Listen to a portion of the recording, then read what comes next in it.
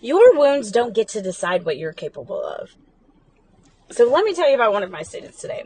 She was struggling with her laps, and, she was like, Coach, I'm tired. She was like, I don't feel good. And then she said, after she was like crying, I don't feel good enough.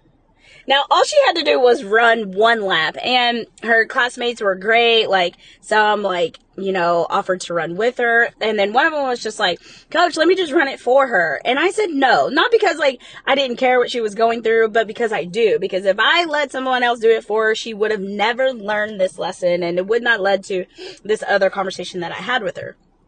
So, eventually she ran the lap, she stumbled, she fell halfway through, but she got up, she stumbled some more, I thought she was going to fall again. Eventually she finished the lap, and when she did, this is the question I asked her. What did being good enough have to do with finishing the lap? I'm going to say that again because some of you missed it. What does being good enough have to do with finishing the lap? And she looked at me how you're probably looking at me right now, because the answer is very clear. Nothing. And that's the lesson here. You don't have to feel good enough to keep going, to reach your goals, to be who you want to be, to get to whatever destination you have set for yourself. That's your wound talking. And your wounds don't get to decide what you're capable of because they are lies. All that I have to be healed and ready and worthy and perfect before I do X, Y, and Z is insanity.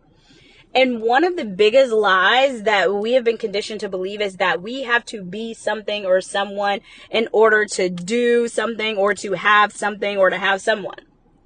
But the truth is, my student didn't finish that lap today because she felt stronger and confident. She probably was embarrassed because the entire class was watching her because she was the last one to finish.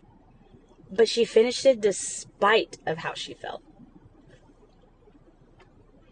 So, I know you're tired. I know you're physically and mentally and emotionally drained and exhausted, and you're carrying around all these things that people can't see, like stress and overwhelm and doubt.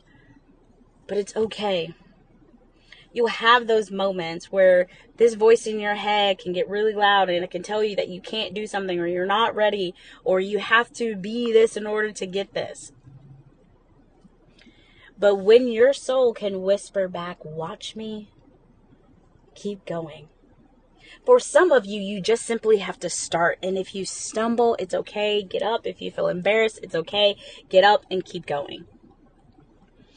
Because I promise you, when you cross that finish line, whether it's perfect or whether it's messy, you'll know what you're truly made of. I love you all.